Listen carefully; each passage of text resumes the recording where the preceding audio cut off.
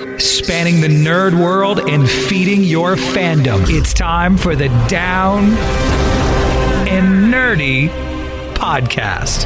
Here's your host, James Witham.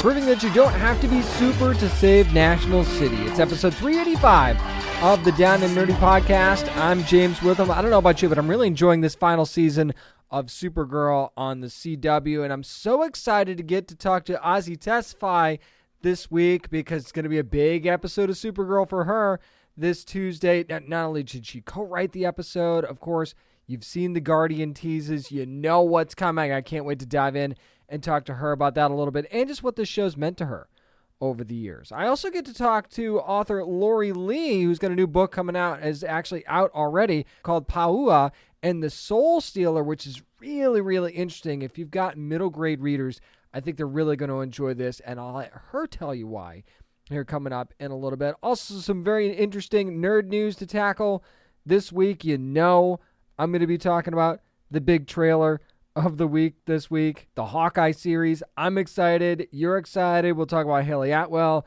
joining the Tomb Raider show. Also, why The Last Man is out on FX on Hulu. I'll give you my review of that. And Raycon back as a sponsor this week. If you want to get those Raycon everyday earbuds that you've heard me talk about before, yes, I do have a deal coming up for you. Stick around for that. But first, let's dive into the world of Supergirl and talk to Azie Tesfai about what Kelly Olsen's got going on this week. That's next on the Down and Nerdy podcast. Hi, this is David Ramsey from Supergirl. You're listening to the Down and Nerdy podcast. There's been some big moments already in the final season of Supergirl on the CW. Going to be another one coming up this Tuesday at 9 o'clock. It is going to be the return of Guardian, and it's going to be Azie Tesfai. That's right. Kelly Olsen debuts as Guardian. In this week's episode, I actually got a chance to talk to Azie about that big moment and this final season. So let's hear from Azie Tesfai about what's going on in this next episode of Supergirl. Let's dive right in. We've kind of seen Kelly question her strength and her place on the team a lot this season. Do you feel like the events of last season have been kind of keeping her from realizing all that she's capable of, or maybe making her hesitant a little bit? I mean, I think it's true. It's tricky when you join a group of friends and don't realize they're all superheroes. And then come to find out that they are, and your girlfriend's sister is Supergirl, and how do you find your place in that? You know, she came to town to be there for her brother and kind of got thrown into this world. And so I think I like to believe that any self-reflective human being would hesitate and maybe feel a little bit unsure about joining the Super Friends. So for me, it felt really real. Like, you know, and it, you know, it could parallel me joining an existing show. You find your footing in it and you figure out where you kind of fit. That is absolutely true. You mentioned Alex. I love the relationship between her and Kelly. It's such an incredible one. I love how much they kind of help one another see their true potential. So how important has Alex been in Kelly finally reaching her true calling that we'll be seeing in this week's episode? It's interesting because I think Alex has always been, and in the episodes preceding this, you know, with the helmet that her and Jimmy put together, like their love is so healthy and aspirational for me and Kyler. I think even personally, we are so protective and love them so much and love their love so much. Kelly, you know, and the interesting thing about this episode is Kelly really stands in her own, and it's for the first time Alex doesn't get it, which we haven't seen because they show up for each other so perfectly every time. But what she does do, which is amazing, is she gets that she doesn't get it and listens and figures out a way to support her in the best way that works for her partner. And I think that's another more uncomfortable, more complicated version of being in an incredible partnership. And I was happy that we got to explore something that was a little bit more messy because that's just real life. You know, especially in an interracial relationship. Like, it's complicated. That's going to be very interesting to see. I can't wait to see that. Now, speaking of this episode, you actually got to do something that not a lot of cast members on any show have ever done. You actually got to co-write the episode with Jay Holton. Yeah. And what was that experience like for you, especially in an episode where your character's featured so prominently? It was amazing. I did a month in the writer's room before. So I did 10 a.m. to 5 every single day. Which was incredible. I got to break the arc with our wonderful writers. So episode 9, 10, and this one, 12. And it was empowering, you know, and our showrunners really let me have so much say in it. I went on the tech location scout with Ramsey. I got to have a say in casting and set design and prop approval. I mean, every part of it was so personal. It really does feel like this episode is like my baby. And I got to say in my design of my super suit, it really feels like it's such a personal experience for me. Let's talk about the super suit for a second, because I mean, we've seen the photos they've been out for a while now of Kelly in her Guardian suit, and they were released well before the episode. I'm so excited to see the suit in action, though. Did you ever think you'd actually get to suit up on this show at some point? And what was that moment like, standing there with the team for the first time as Guardian? Yes, I did. It was a matter of when. And the suit design process was long because we had the luxury of the time. I was able to train with our stunt team because I had the luxury of time of knowing, that this was coming. So for me, it was great because I was really prepared. I didn't get injured, which I think I might be the only person who hasn't been injured because I had so much time to prep. Nice. And then the first day that I was in it was great. It's nerve-wracking, and we actually were filming on location. So there were a lot of eyes on it, and I got nervous. And so, Nicole had her camera out and was recording me. Her and Jesse were recording me walking out for the first time, and Kyler would, look over at me, every couple takes and do a shoulder back nudge, and I would put, so it's like just your friends reminding you of like the superhero stance and then learning to own that, because you feel silly for a minute. It's like not a normal activity to be in a super suit in the streets of Vancouver fighting a villain that's like going to be CGI'd in. It's like just getting comfortable and owning that power is an experience that I was having, as well as Kelly was having at the same time, which was cool.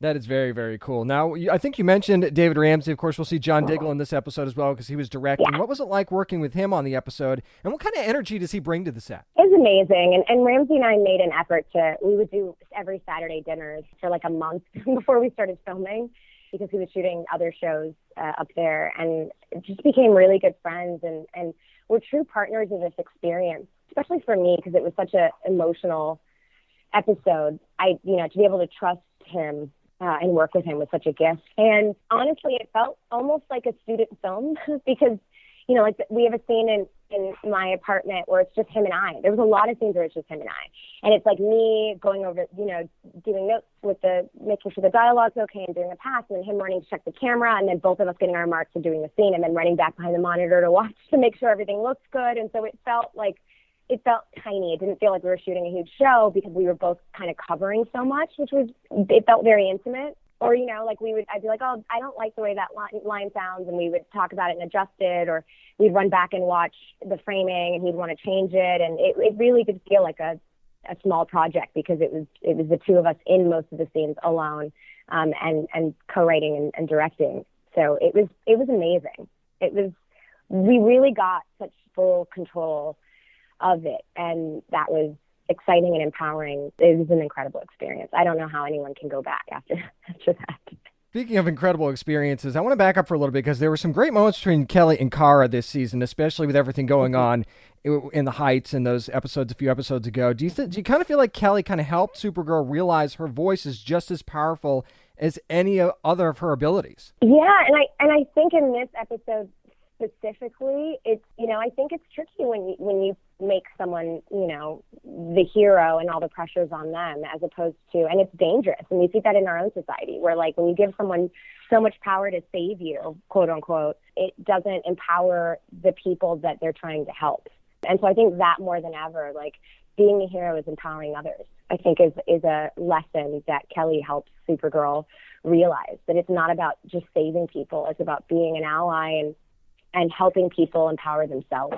No doubt about that. And I think it's a slight but powerful shift that she goes through over these episodes. No doubt about that. Azie, before I let you go, even though there's still plenty of episodes left this season, we know that the end is coming. This season is the final season. You've been such a big part of the show for several seasons now. What are you going to miss the most about the series and about playing Kelly Olsen? Kelly is, the most incredible character that I've played in terms of she's the woman that I want to be. I like to say she's me on my very best day.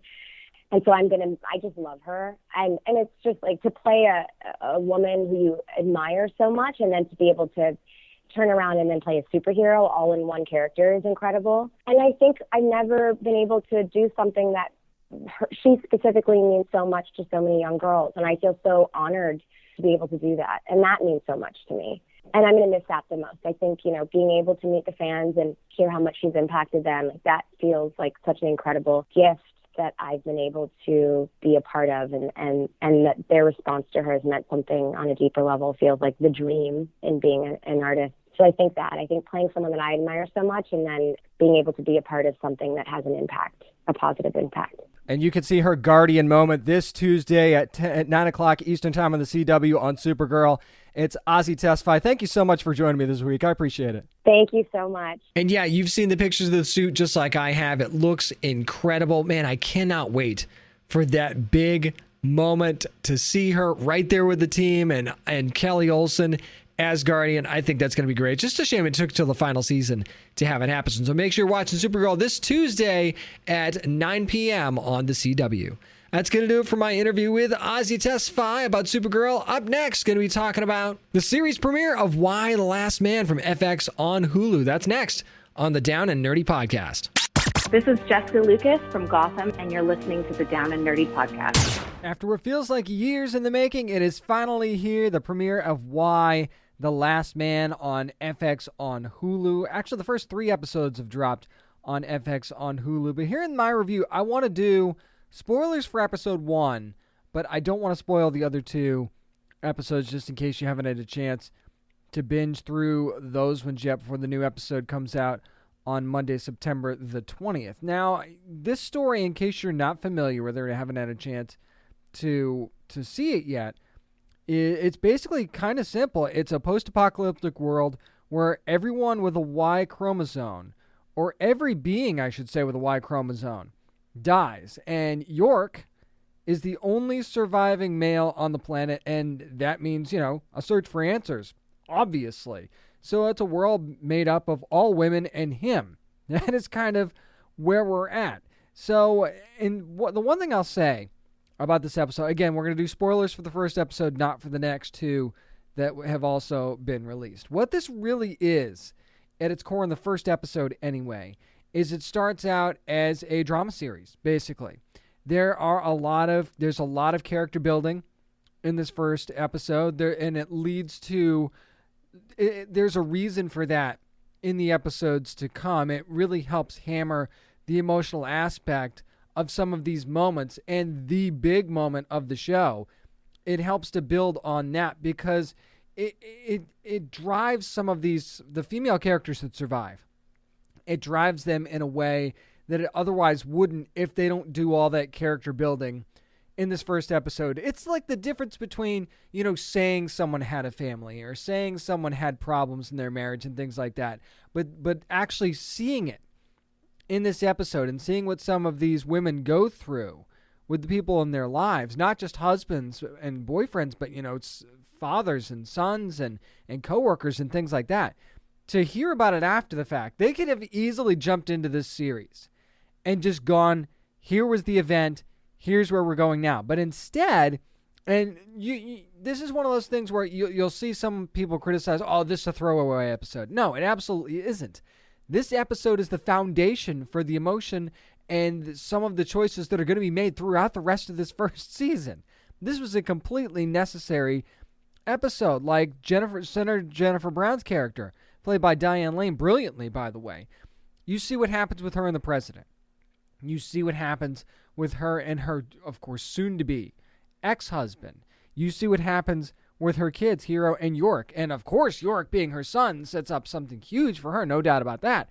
But you get to see how that plays out for her in this first episode and how the aftermath of that affects her in the next episode and the episodes to come as well. It also sets up something with the president's daughter, too, by the way, because there's some friction between her and Senator Brown. You call her, give her whatever title you like.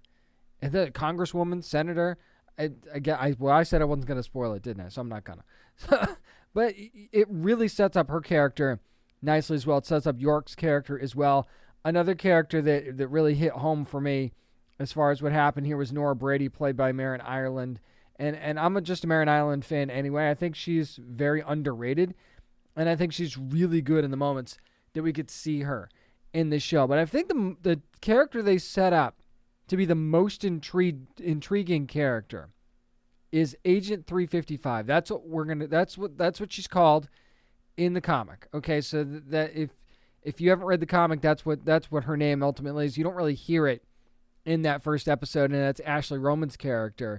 And she's a very shadowy, she's an undercover agent of some kind. We don't really know exactly what her role is, but she's a dangerous woman, first of all.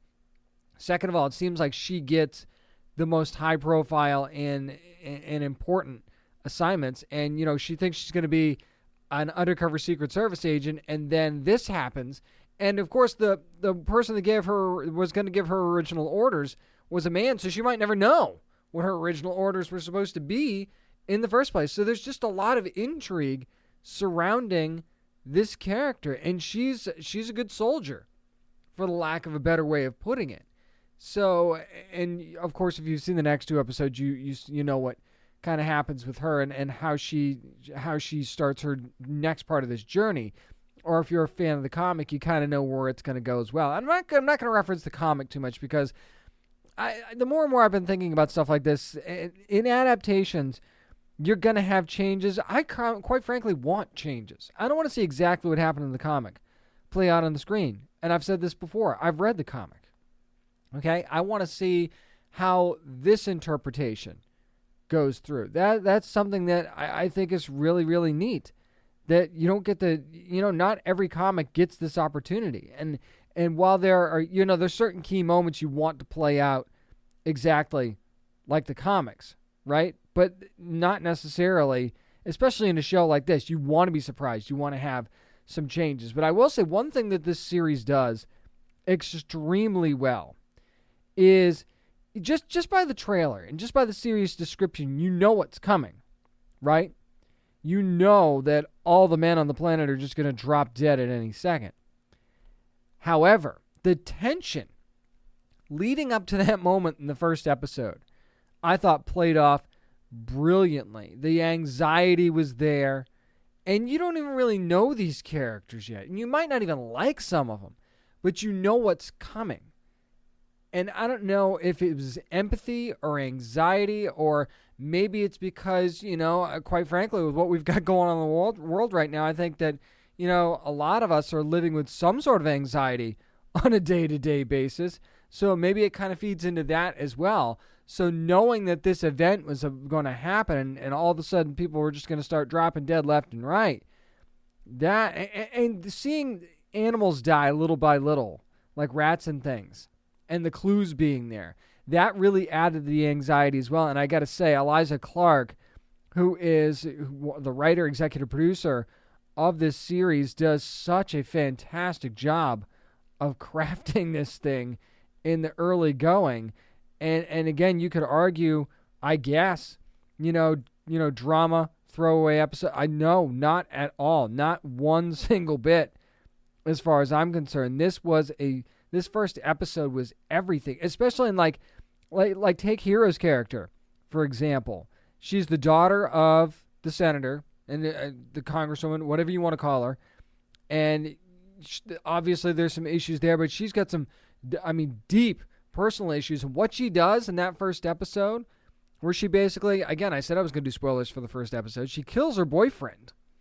And is going to get away with it, clearly, because he would have died anyway, first of all.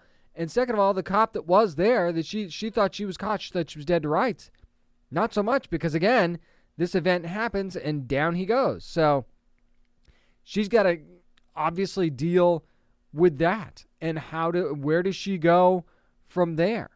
And it's, the soul searching of what kind of a person she wants to be, sort of thing. And then you've got Yorick, who it's interesting that the one man that survives is a down on his luck magician, right? I thought that was it's humorous in a certain way. And the way that he presents himself is, I don't want to call him a screw-up, because I don't think he's a screw-up. I think he's a genuinely nice dude. He's a passionate guy, and, he just wants to live his life and be happy. And he seems like a very simple person whose life just became the most not simple of anyone else on the planet. So being able to tell that story, and again, watching his story play out in the first episode, sets that up. So I think that this series as a whole not only is going to be really intriguing, but was set up really, really well if you want to look at it that way, quite frankly. So I'm just really, really psyched with how this first episode, actually the first few episodes of Why the Last Man worked out with FX on Hulu. Of course, the first 3 episodes streaming right now. You can get the next episode Monday, September the 20th, every Monday after that as well. Watch this show. Let me know what you think, because I really thought the first episode was very, very key in telling, especially the next couple of episodes. And going forward, I think that that'll play out more and more as well as we get to see this thing through to the end. This week, the Down and Nerdy podcast is brought to you by Raycon, and there's so many exciting things going on right now. Sporting events have fans back. Maybe you've gotten a chance to go to some in-person events, but there's also stuff you might not really want to be thinking about, like some negativity on social media that you've seen or something like that. You can't always control the vibes, but you can control the vibes in your head with a pair of Raycon wireless earbuds. I got to tell you, I've had these things for about a month now. And I was the guy that was like, why would anybody need these? And I can't do without them now. It just helps me wind down. And when I need things to just be in my head, that's one of the things that these Raycon everyday earbuds really can bring me. As a matter of fact, they've got these different modes now. So I've got pure mode when I want to do my guided meditation, or just want to listen to some instrumental music or something, or even editing the podcast. And then there's also an awareness mode when I need to make sure I can hear the kids in the other room. I can do that as well with these different sound profiles with the Raycon everyday earbuds. I also use these sometimes for the interviews that you hear on the show. Sometimes I'm doing those with my Raycon everyday earbuds because I've got a 32-hour battery life. So I trust that these can last through some of these long, like, press room interviews that I do. So whether you're listening to us or just want to listen to some great tunes, there's plenty of things that you can do with your Raycon everyday earbuds, and they're half the price of other premium audio brands. So right now, Down and Nerdy podcast listeners can get 15% off their Raycon order at buyraycon.com/nerdy. That's buyraycon, RAYCON.com/NERDY to save 15% on Raycons. Buyraycon.com/nerdy. They also come with a 45-day happiness guarantee, but I am fairly certain that you are going to be very happy with your Raycon everyday earbuds. Make sure you try yours today. That's going to do it for my somewhat spoiler-filled review of the premiere of Why the Last Man on FX on Hulu. Up next, going to be talking about a brand new book from author Lori Lee. It's Pahua and the Soul Stealer. We'll get all the details on this middle grade novel next on the Down and Nerdy podcast. My name is Liam Sharp. I draw Wonder Woman. I co-founded Mayfire, and I'm a dear and close friend of the Down and Nerdy podcast. So if you're looking for something a little spooky for your kids to read, like a little pre-Halloween type vibe, Pahua and the Soul Stealer looks like a pretty good choice from RIORDAN Presents and Disney Hyperion. I actually got a chance to talk to author Lori Lee about this news story and find out what makes this such a great story and what makes these characters so intriguing. Let's hear what she had to say. So, Lori, I love Pahua. She's certainly not your typical young girl. I think that makes her that's what makes her so special, though. So, what would you say, though, makes her such a relatable character? Pahua is the reluctant type of hero. She doesn't really think of herself as a hero at all. She's actually felt for much of her life like an outsider, not just because of how she looks, but because she's got this ability to see spirits. So she's a bit awkward, she's a bit introverted, she's shy, and she's never quite fit in at school. So the way she copes with it is by imagining that she's someone else, that her differences wouldn't set her apart in a way that makes her feel less than. And she pretends to be a superhero, she pretends to be a secret agent, she pretends to be a warrior on a quest, and this becomes her shield. But even though she's got these wild imaginings about being different in extraordinary and often magical ways, she really just wants to find somewhere where she belongs. And I think that desire for friendship, for connection, and figuring out where you fit is something that a lot of kids can relate to. No doubt about that. Now, obviously, a big reason that Pahua is on the journey that she's on is because of her brother. So talk a little bit about that family bond and what makes it so strong for her. So Pahua comes from a single-parent home. Her parents are separated. And her family or her mother has moved her away from much of the Hmong community, so she doesn't have that avenue of support. And then her mother works quite a bit to support her and her brother. So she is essentially her brother's main caretaker. And they're together essentially 24/7. And so they form a very close-knit, very tight relationship between the two of them. And so when he goes missing, which is essentially her fault because she unleashes this ghost from her local haunted bridge, and the ghost ends up stealing her brother's soul. She, of course, feels guilty and responsible, and she takes it upon herself to venture into the spirit realm and to save him. So, Lori, I'll admit I didn't really know almost anything about Hmong culture before reading this book. How important was it for you to incorporate that into this story, and what is it about this culture that you feel is going to appeal to young readers so much? Well, I am Hmong, so I grew up within the culture. I think what I related to most as a kid was the tradition of oral storytelling, which is what we call danai. And they were, folk tales passed on by mouth, generation to generation. And they were the kind you might expect, like the ones that tell us a moral or a lesson. They were the kind that explained how the world works. Like there's a Hmong creation story. There's a lot of stories that explain natural elements and the like.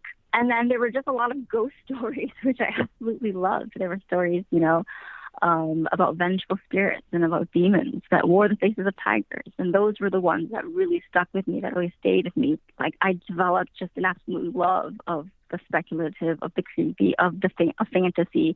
And that's what really inspired me to become a writer myself. And then the Hmong in general, though, they are a ethnic minority that originated in southern China and migrated south to throughout parts of Southeast Asia and then into the world, because I am from Wisconsin. And as we all know, Suni Lee, who is also Hmong, is from Minnesota. Yeah, right next door. So you're like neighbors. Yeah. Basically, yeah.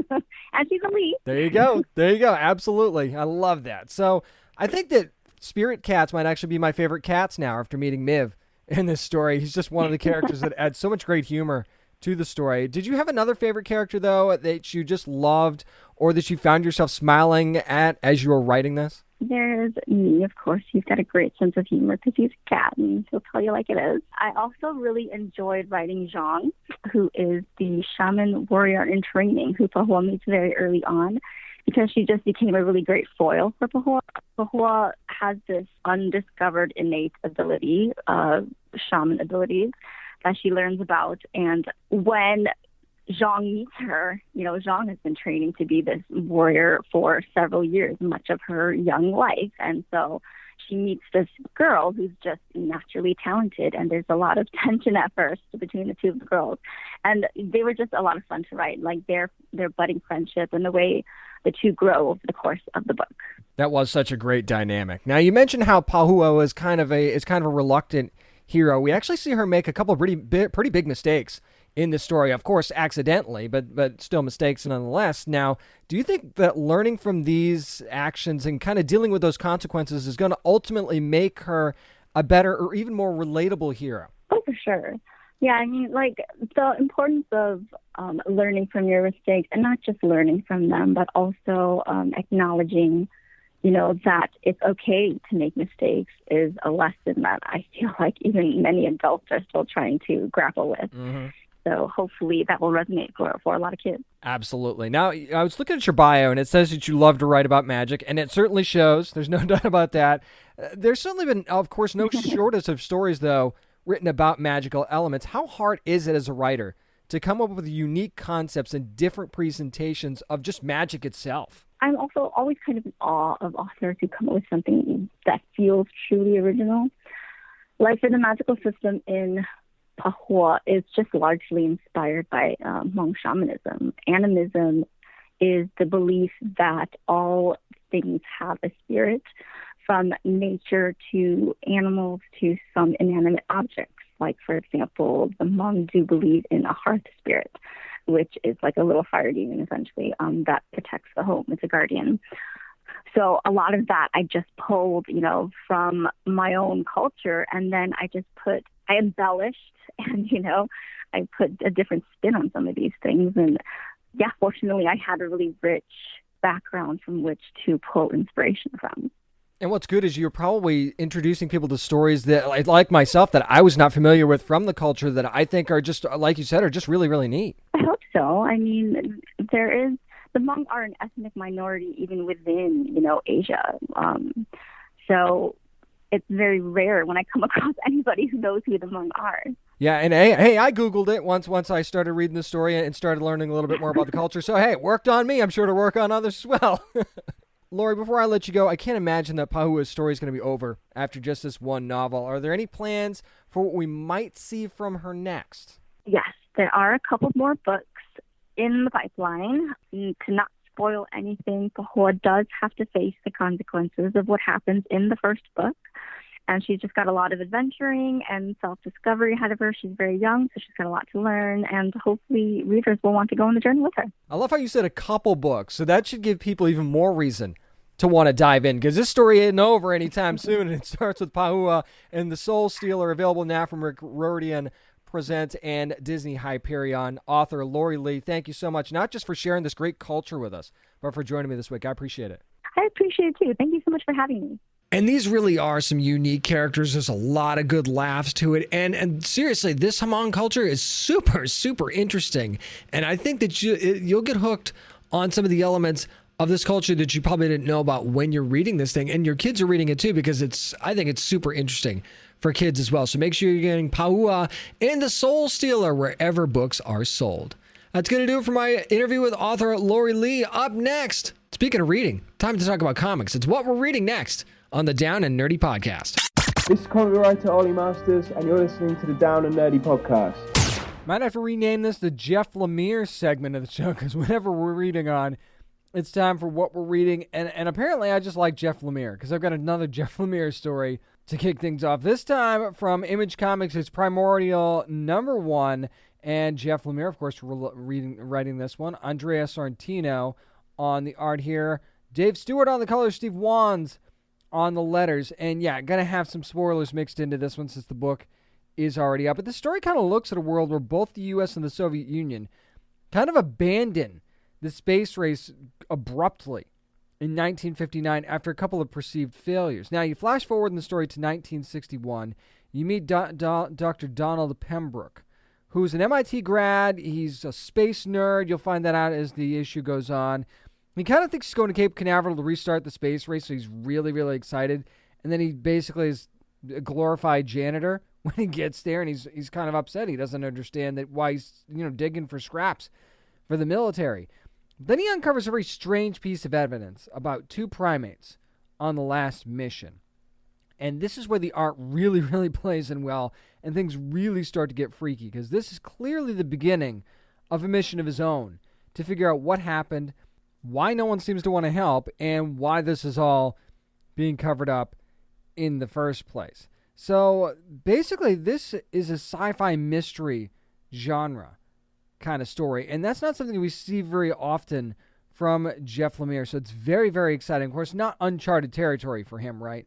But this is not a genre we see from him a ton. That's why it's exciting. Now, at least I don't think it is anyway. There's plenty of intrigue blended into the story, and it certainly makes you wonder, for lack of a better term, what if?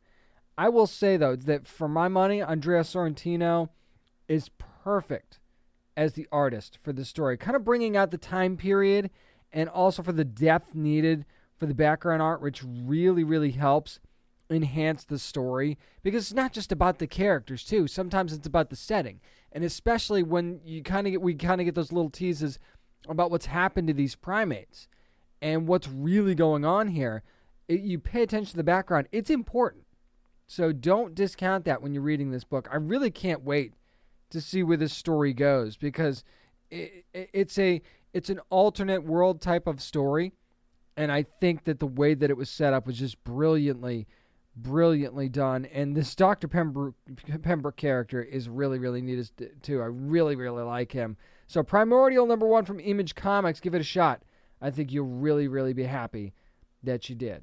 If you're watching Titans on HBO Max, here's something you might like. Titans United, #1 from DC Comics. Cavan Scott writing this one. Jose Luis doing the pencils. Jonas Trindade, doing the inks here. Rex Locus doing the colors, and Carlos M. Mangual doing the letters. Jamal Campbell on the colors. on the cover. Now, the Titans kind of find themselves, and again, spoilers here, up against a villain. I say villain. When you read the story, the guy's not necessarily a villain. It just sort of sparks in him, and he can mimic the powers of those around him, which is something I always thought would be a really interesting power to have. Now, the thing is, though, he doesn't seem to be doing it on purpose. And again, that's why I have a hard time calling him a villain. Biggest spoiler I'm going to give you in this book is that the Titans don't save him. But Connor actually does end up taking him away from the city, and everybody's safe. And that leads to a very intriguing part of the story for Connor as well, and what happens to him even before he makes this bold move. Now, as the Titans kind of recover from this battle, the search for answers obviously going to get started, but they get another call about a very unusual battle that's happening in D.C., and surprisingly, they need help with who exactly? Can you say hell yeah? If you get that reference, you know who I'm talking about. So this is kind of it's hard to peg where the story is going to go, other than there's these strange powers that just seem to be popping up out of nowhere. This book really had that classic Titans team-up vibe to it, though, which I really, really dug. We also have the Red Hood being his hot-headed and prickish self, which I'm glad to see is kind of back in at least one comic anyway.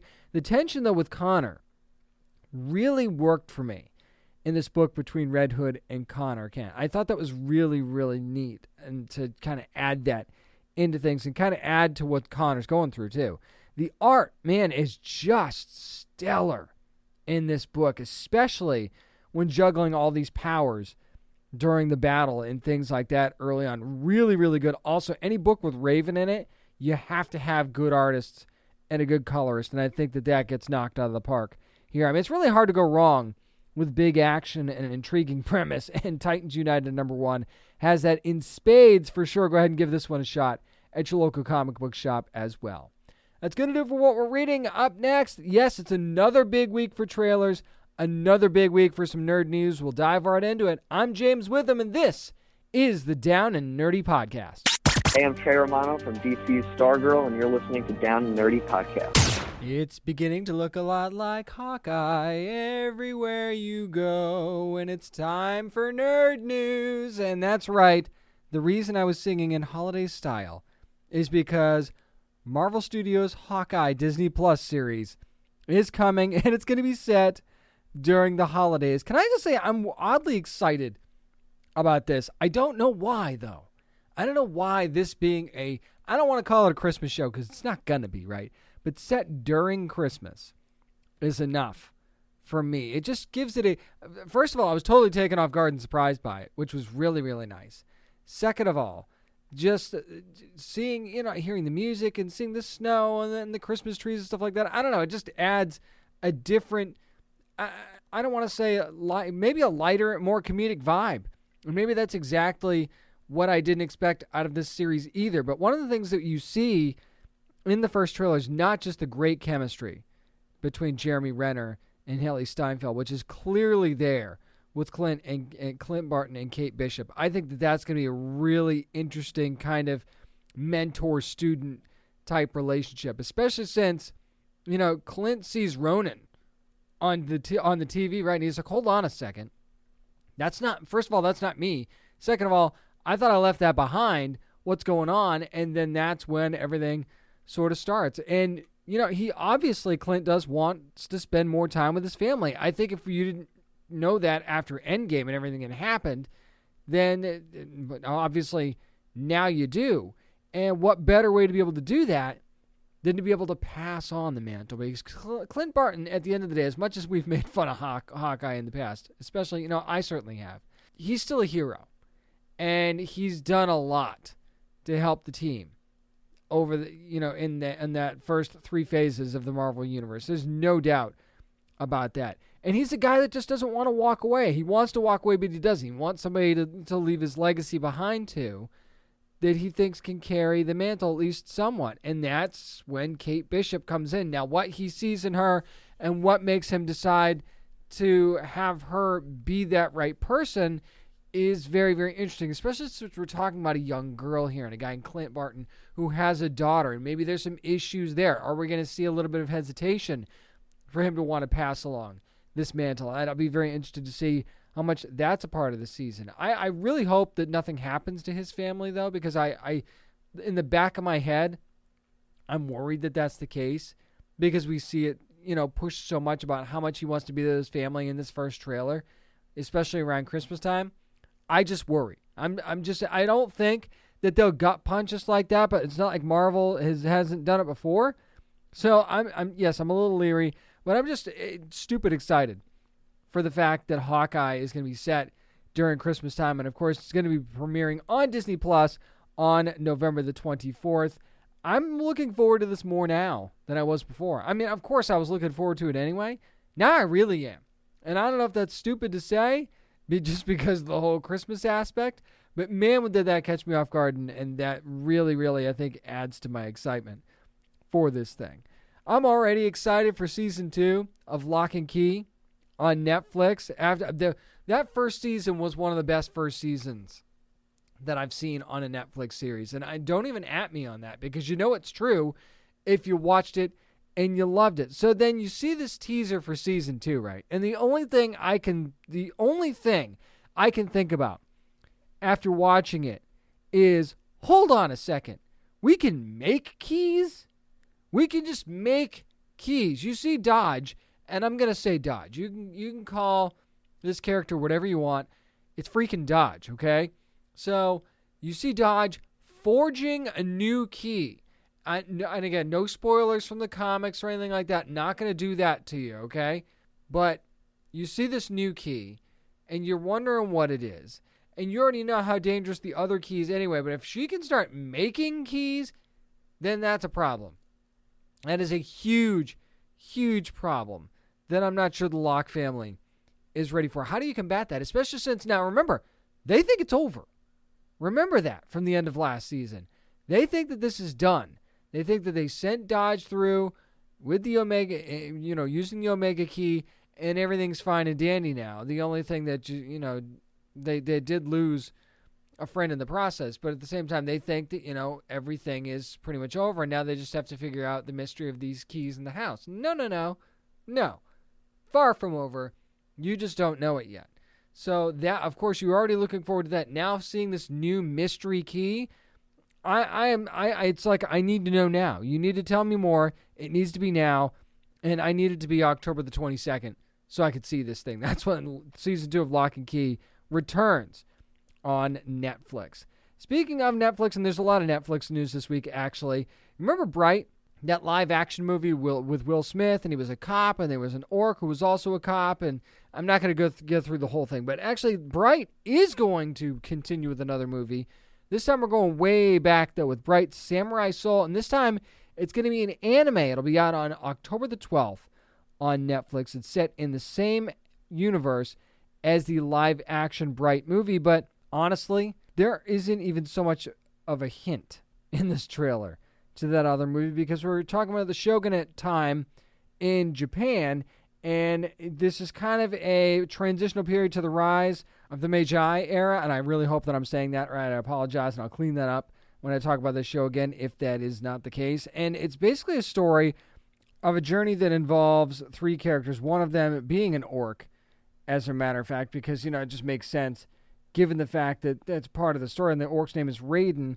And basically, he's attempting to kind of unburden himself, redeem himself, maybe a better way to describe it. He was a thief, and now, again, trying to just be a better orc. Let's just leave it at that. Be a better orc. And the character going to be voiced by Fred Mancuso. Now, there's also a Ronin involved here, played by Simu Liu, by the way. This is in the English dub, too, by the way. There's a Japanese dub of this as well. And this all kind of centers around the protection of this young elf girl named Sonia, who's voiced by Yuzu Harada. Now, there's this wand that she's carrying. And you see it in the trailer. It's like if a possessor of the light holds this wand, then it will bathe the world in light. If someone from the darkness is involved in holding this thing, it will bathe the world in darkness. And yes, the bad guys, and I simplify that, want to use this to awaken the Dark Lord and, yes, cover the world in darkness. And the baddies here I'm referring to are the Inferni. And again, we don't know a ton about them just based on this trailer. But this is going to be one of those, it's almost, it has like a semi-Lord of the Rings vibe. Except this time it's an elf that's trying to deliver a wand to the elves to save the world, flanked by an orc and a human who don't really get along. And again, sounds very familiar, right? And I would never compare this directly to Lord of the Rings because I don't think that's fair. You can't compare something like this to a classic like Lord of the Rings. But that is, kind of where I think they're going with this in a somewhat backwards way. And the animation style to me is very, very interesting. It actually is kind of, and it's described by Netflix as a fusion of Japanese woodblock print art with 3D CG technology. It's a very, very interesting look. I can't decide if I like it yet or not. But I also don't think it's fair to judge it just based on one trailer either. I will say in true anime style, though, there's some amazing pops of color when you watch this trailer. So I think that that's going to be really, really key to this. I mean, it'll be interesting. Arct is doing the animation for this. I think that this one has a chance to be good. I certainly think it has a chance to be better than its live-action counterpart. And I really think that this is the kind of thing that Bright should have been from the get-go. I think trying to do that live-action movie didn't really make a whole lot of sense when it was all said and done. This seems like it's going to be more in the wheelhouse. So I'm kind of cautiously optimistic about this adaptation of Bright, which is going to be coming to Netflix on October the 12th. Gonna stay with Netflix a lot because there was some big news dropped this week, and that is a big update on the Tomb Raider anime series that's going to be released. The voice of Lara Croft is going to be Hayley Atwell. That's right, Agent Carter to Captain Carter to Lara Croft. It is good to be Hayley Atwell right now, and so many fans love her, not just for Agent Carter, but just in general, right? So this is a great choice by Netflix, and I think that she'll definitely sound the part, no doubt. And remember, this anime is going to pick up right after the reboot trilogy from the video games left off. So this is the continuation of that story. So yes, we are going to get a little bit of an older Lara Croft here as well. So if you're worried about the age difference, now again, Lara's not going to be that much older, but at the same time, there's got to be a little bit more maturity to the character, and I think that Hayley Atwell certainly adds that as well. Plus, she's just got this way about her. And you hear that in Marvel's What If series that she was just in with Captain Carter. She can be fun, but she's also got that badassery about her, right? That just draws you right in. So that's why I think she's really, can tackle all of the angles of a character like Lara Croft. All the things that she's been through. But there's also, a little bit of a wisecracking and snarkiness to Lara as things go on, right, too. So I think that, again, if you weren't already hyped for a Tomb Raider anime series, I think that this just triples that hype now. Maybe I'm wrong. Tell me I'm wrong. I don't think I am. Hayley Atwell joining this series, big time move for Netflix. This one came out of left field the other day, and it's so exciting because Grendel is coming to Netflix as well. This time, though, a live-action version of Grendel. Yes, the Matt Wagner series from Dark Horse Comics is going to get a live-action adaptation on Netflix.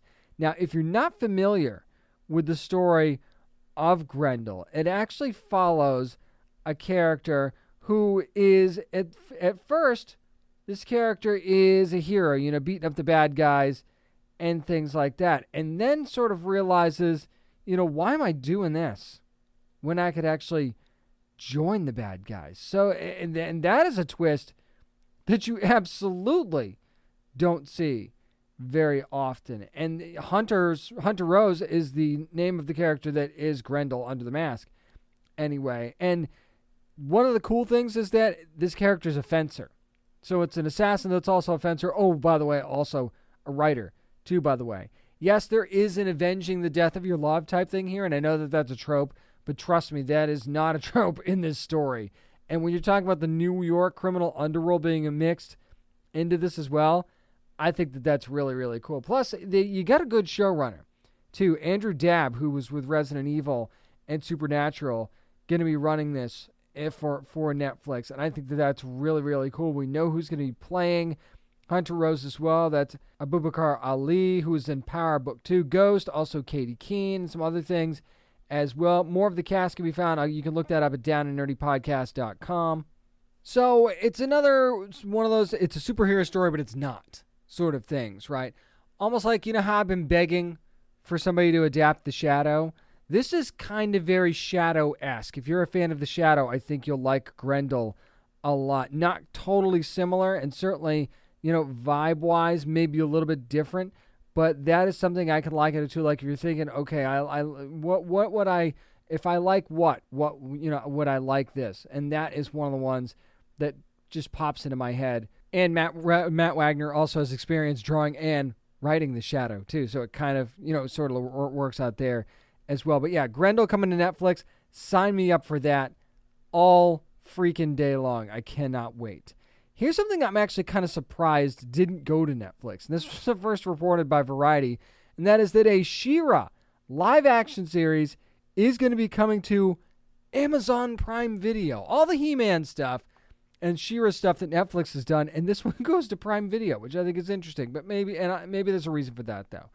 Now, this will not be connected to the animated reboot series and will be a standalone story about Adora. So that's probably the reason for the change of venue, so to speak, right?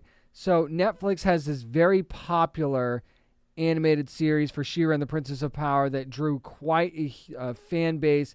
And this live action series not going to be based off of that at all. I mean, there's still going to be an evil horde. There's still going to be Hordak probably.